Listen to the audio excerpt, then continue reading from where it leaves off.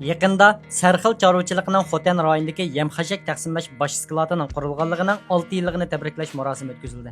Bu marosimga Xinjiang baxmachilik ustozi Ahmad Ro'za apandim, Kamal apandim, Xotandagi san'atkorlar va baxmachilar qatnashdi. Bu marosimda Kamal apandim mundaq muhim so'z qildi. Ahmad Ro'za apandim qo'noqni kalaga pishirib silos qilsang, qalninki qerini qo'noq saqlaydigan xalt emas.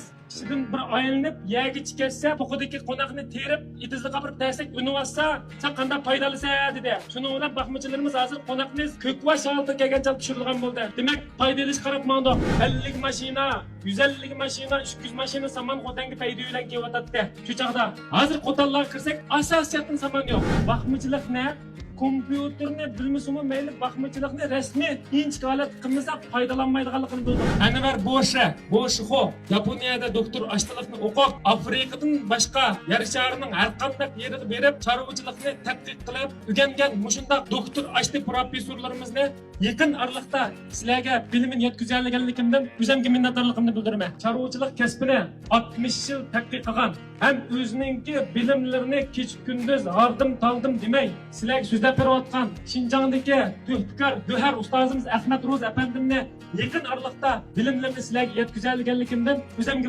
minnatdorligimni bildiraman.